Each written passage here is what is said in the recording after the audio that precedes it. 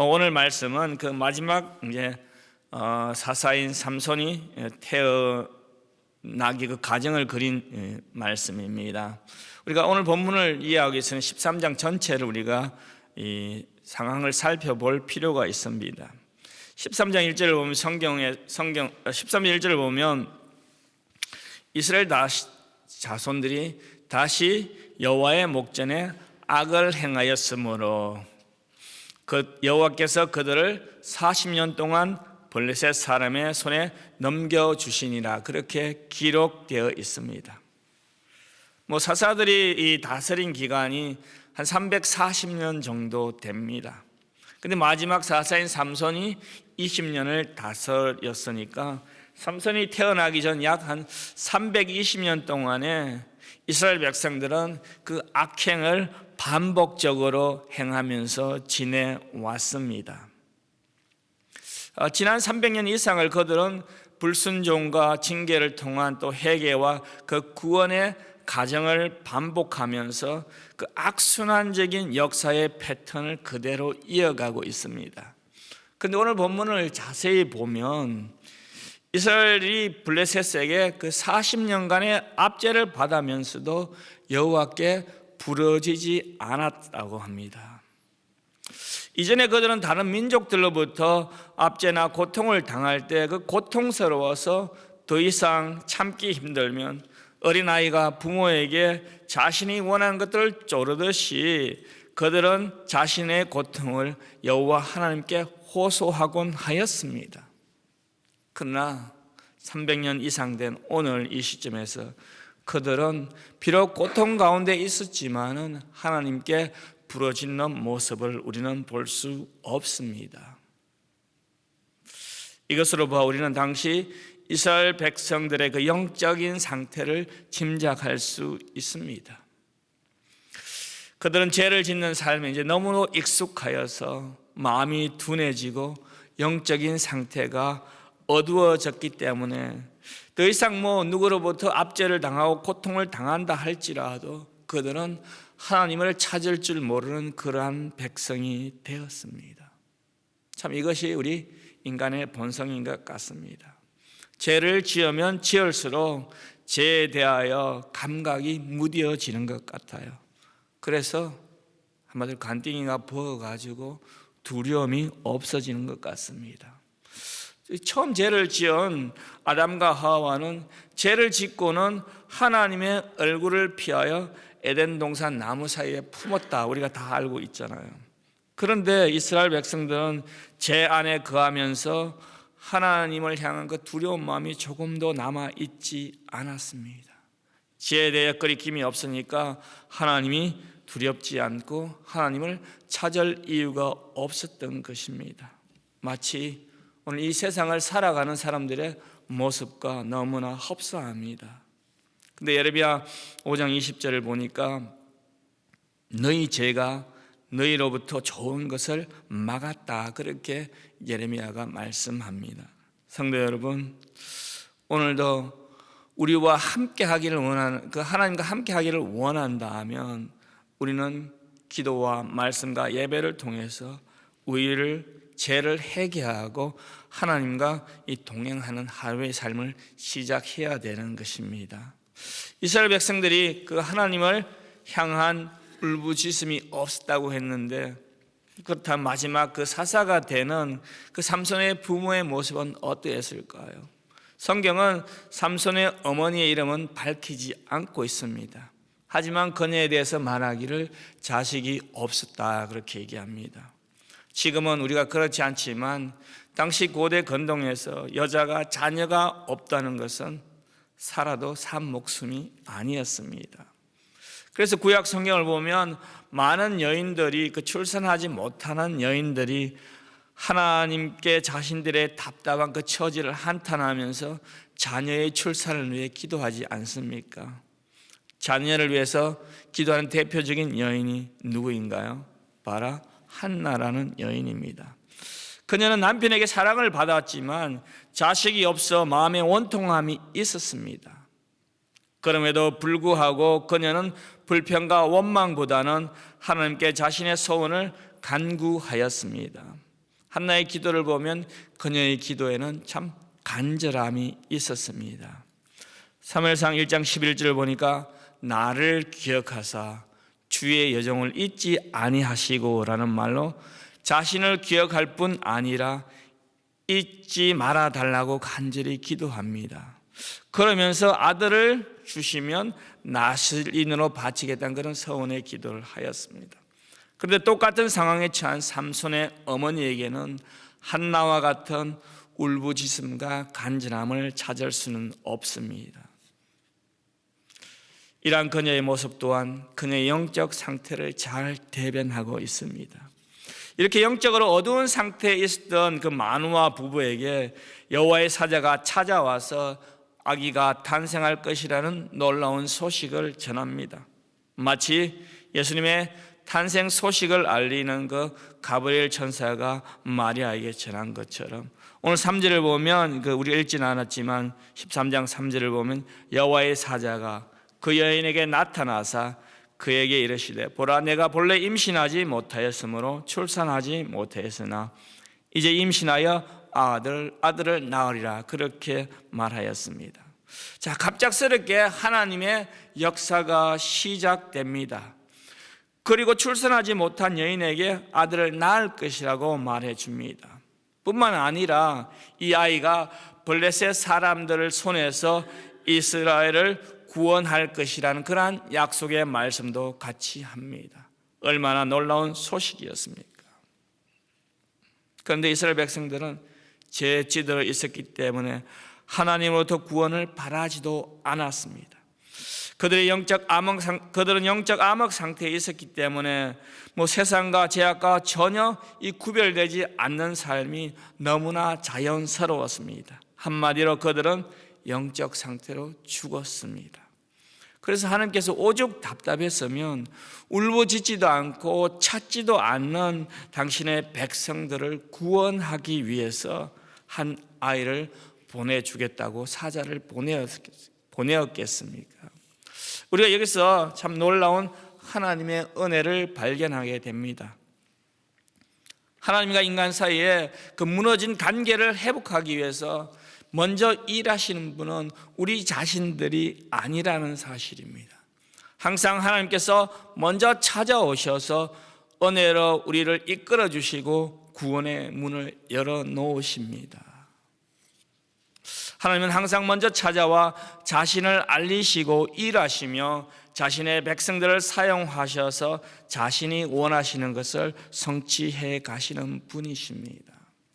예레미야 33장을 보면 바벨론의 그 예루살렘 포위와 압박 가운데서 그 성 안에 있던 이스라엘 백성들은 불안과 공포와 그 초조감이 깊어질 수밖에 없는 그러한 상황이었습니다. 그런데 2절에 하나님께서 이렇게 말을 합니다. 이를 행하시는 여호와, 그것을 만들며 성취하시는 여호와, 그의 이름을 여호와라 하는 이가 이와 같이 이르시도다. 너는 내게 부르짖으라. 내가 내게 응답하겠고 내가 알지 못하는 크고 엄밀한 일을 내게 보이리라 그렇게 말씀합니다. 하나님께서는 예레미야와 성 안에 있던 그 생사 기로에 있던 사람들에게 자신의 이름을 걸고 여호와가 누구인지 어떤 일을 하시는지 알리고 계셨습니다. 여호와 하나님을 부르짖으라. 그러면 내가 너희가 알지 못하는 크고 엄밀한 일을 내가 보여주리라고 약속했습니다. 오늘 그 여호와 하나님께서 마노아에게 찾아오셨어요. 그런데 오늘 본문을 보면 여호와의 사자가 찾아왔지만 마노아는 여호와의 사자인 줄 알지 못하고 그냥 그에게 염소 새끼를 대접하겠다고 합니다. 당시 고대 근동에서 손님에게 좋은 음식을 대접하는 것은 그 사람들의 관습이었습니다. 요즘 표현으로 만나면 여러분들 누구 처음 만나면 어떻게 이야기합니까? 식사하셨습니까? 같이 식사하러 갑시다. 때가 되면 보통 그렇게 이야기하잖아요. 그 표현 정도밖에 안 됩니다. 13장을 보면 그 여호와의 사자라는 말이 몇 번 계속 반복해서 나오는데 여호와의 사자가 누구일까요? 17절을 보면 마노아가 그 사자의 이름을 묻습니다. 근데 18절을 보니까 여호와의 사자가 그에게 이르되 어찌하여 내 이름을 묻노뇨? 내 이름은 기묘자라 그렇게 대답합니다. 이 기묘라는 말이 구약에 2번 나오는데 이 단어는 19절을 보면 이적이 일어난다는 말이 있습니다.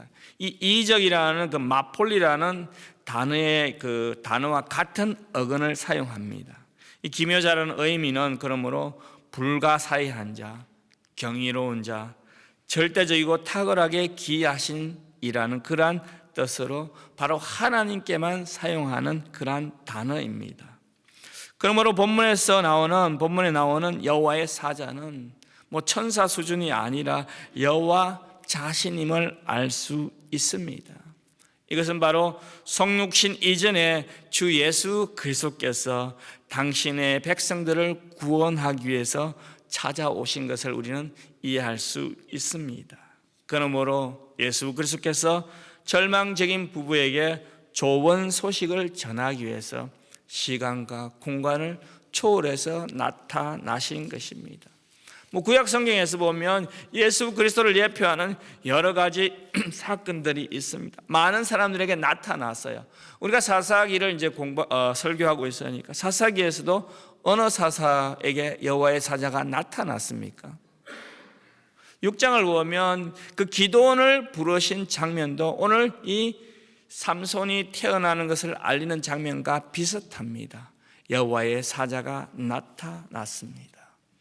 여러분, 우리가 사업을 하시는 분들은 그 고객을 처음 만날 때 통성명을 하면서 보통 이 명함을 나누어 줍니다. 그렇지 않습니까? 그 명함 속에는 자신이 누구이며 자신이 하는 일이 어떠하는지를 잘 나타나 있습니다. 이렇듯 하나님께서도 자기 자신의 이름을 알려주십니다. 이 말의 의미는 하나님이 어떤 분이고 어떤 일을 하시는지 알리고 계신다는 것입니다. 성경에서 이름은 그 사람의 인격을 대표합니다. 여러분, 그래서 우리도 다 이름의 의미가 있잖아요.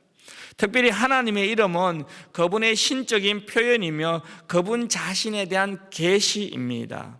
다시 말하면 이름은 하나님이 어떤 분이시며 무엇을 하시는지 알리는 하나님의 자기 표현의 방법입니다.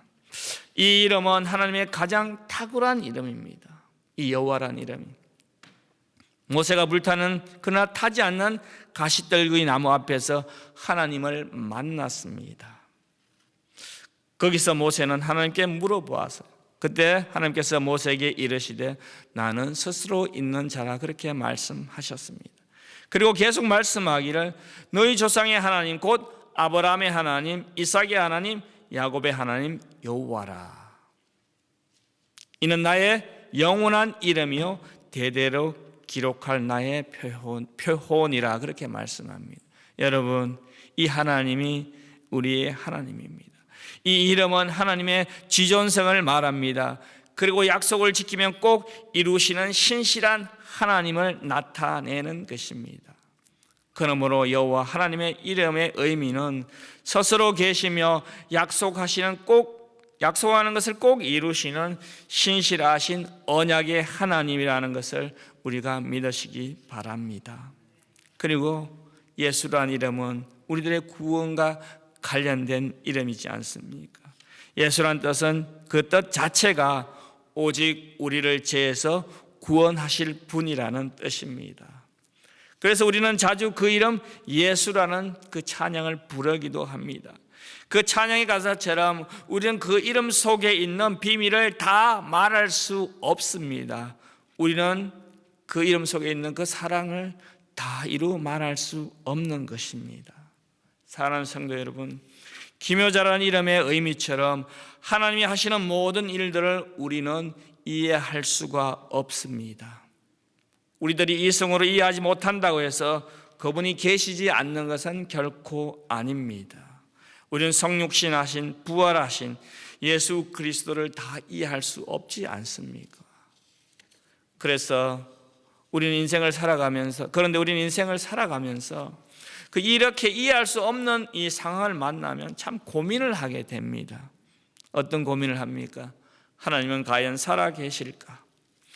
살아계시다면 왜 신실한 성도가 고통을 당하는데, 내가 고통을 당하는데 이렇게 내버려둘까 의문을 갖습니다. 고민이 깊어지면 때로는 하나님이 우리의 원망의 대상이 되기도 합니다. 우리가 하나님의 섭리와 계획을 온전히 이해하지 못한 것은 바로 하나님이 기묘자이시기 때문입니다. 우리가 인생을 살아가다 보면 한두 번 인생이 참 중요한 그 위기를 겪게 됩니다. 그때가 되면 우리 인생에서 기묘자로 일하실 하나님을 기대하면서 그 이름을 묵상하면서 승리하는 성도들이 되기를 소망합니다. 이렇게 기묘자의 모습을 본 마노아 부부는 22절에서 이렇게 고백합니다. 우리가 하나님을 보았으니 반드시 죽으리로다. 그렇습니다. 그녀의 말처럼 하나님 앞에서 범죄한 이스라엘은 반드시 죽어야만 하였습니다. 그러나 23절을 보면 그의 아내가 그에게 이르되 여호와께서 우리를 죽이려 하셨더라면 우리 손에서 번제와 소제를 받지 아니하셨을 것이요 이 모든 일을 보이지 아니하셨을 것이라 하면서 남편을 위로합니다. 여호와께서 우리를 죽이려 하셨더라면 이게 무슨 말씀입니까? 이스라엘 백성들은 자신들이 그 지은 죄 때문에 마땅히 죽어야만 했던 자들이었습니다. 그러나 하나님은 그들을 죽이려 하시는 것이 아니라 이미 영적으로 죽어있던 그들을 다시 살리기 위해서 여호와 하나님께서 친히 나타나셨던 것입니다. 그 전과 그들의 번제와 소제를 받았던 것이라 그렇게 말하죠. 번제의 의미를 우리가 한번 살펴보겠습니다. 우리가 잘 알고 있듯이 번제는 양이나 소를 태우는 것입니다. 그래서 현대의 많은 성도들이 참 이 양이나 소를 태워서 제사 드리는 것이 우리와 상관없는 의식으로 그렇게 이해합니다. 그렇지만 우리가 소와 예배 때마다 이 짐승을 잡지는 않지만 그 번제가 가지는 의미를 오늘 우리는 회복할 필요는 있다고 생각이 됩니다. 양이나 소가 죽어서 불타지 않으면 당시에 누가 지옥으로 가야 불타야 했습니까? 바로 이스라엘 백성들이었습니다. 그러니까 우리가 죄로 말미암아 영원한 지옥불에 타는 것을 대신해서 양이 태워지고 그 속죄가 되었던 것입니다. 그러므로 번제의 정신은 다름 아닌 나 자신을 부인하는 것입니다. 태워서 죽이는 것입니다. 영원한 지옥의 형벌을 면치 못할 그 죄인의 죄받은 용서를 감사드리는 것입니다. 이것이 바로 번제의 정신이에요. 그래서 예수님께서는 누구든지 나를 따라오려거든 자기를 부인하고 날마다 제 십자가를 지고 나를 쫓아오라 그렇게 말씀하십니다. 우리가 하루만 자신을 부인하는 것이 아니라 매일매일 우리가 우리 자신들을 부인하고 십자가를 쫓으라 그렇게 말씀합니다. 마노아가 염소 새끼와 소제물을 가져다가 바위 위에서 여호와께 드림에 이적이 일어났습니다. 불꽃이 제단에서부터 하늘로 올라가는 동시에 여호와의 사자가 제단 불꽃에 휩싸여 하늘로 올라갔습니다. 그들이 번제를 드릴 때 여호와의 사자가 불꽃에 휩싸여 올라가고 그들에게 다시 나타나지 않았습니다.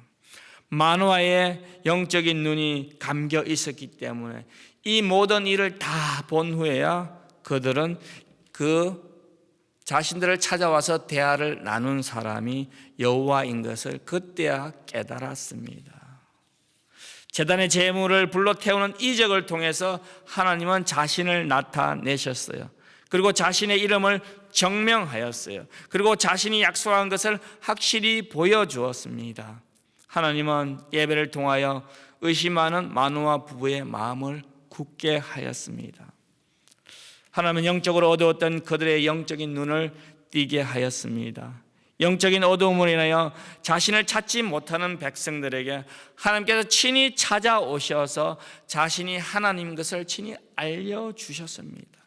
오늘날도 마찬가지입니다. 성도 여러분, 그들이 드린 그 번제가 오늘 현대적인 의미로는 예배였습니다. 하나님의 번제를 받으셨다는 것은 예배를 통하여 이스라엘 백성들과 하나님 사이에 깨어진 관계를 회복하였던 것을 의미합니다. 바라기는 오늘 드려지는 이 아침에 드리는 이 예배가 하나님의 거룩함을 경험하고 하나님을 임재하는 그분과의 놀라운 이 관계를 회복하는 시간이 되기를 소원합니다. 우리가 이 세상을 살아가면서 하나님의 임재를 통하여 그분을 만날 수 있는 곳과 방법이 어디입니까? 제가 생각하기에는 세상 밖에서는 하나님을 경험할 수 있는 방법이 없는 것 같아요. 하나님을 경험하는 최선의 방법이 바로 우리가 예배하는 것 같습니다. 세상 어딜 가도 하나님의 임재를 경험할 수 있는 곳이 없잖아요. 세상 어디가 그렇게 거룩한 곳입니까? 이 예배당이 거룩한 곳이 아니라 우리의 예배 가운데, 임재 가운데 하나님이 임하니까 이 시간이 거룩하다는 말씀입니다. 하나님께서 우리 성도들이 모여서 기도와 찬양으로 예배할 때 친히 이곳에 임재하셔서 우리를 만나 주십니다. 이 예배만큼 하나님을 만날 수 있는 좋은 방법이 없습니다. 좋은 기회가 없습니다. 이하를 한 가지 말씀드리고 말씀을 마치겠습니다.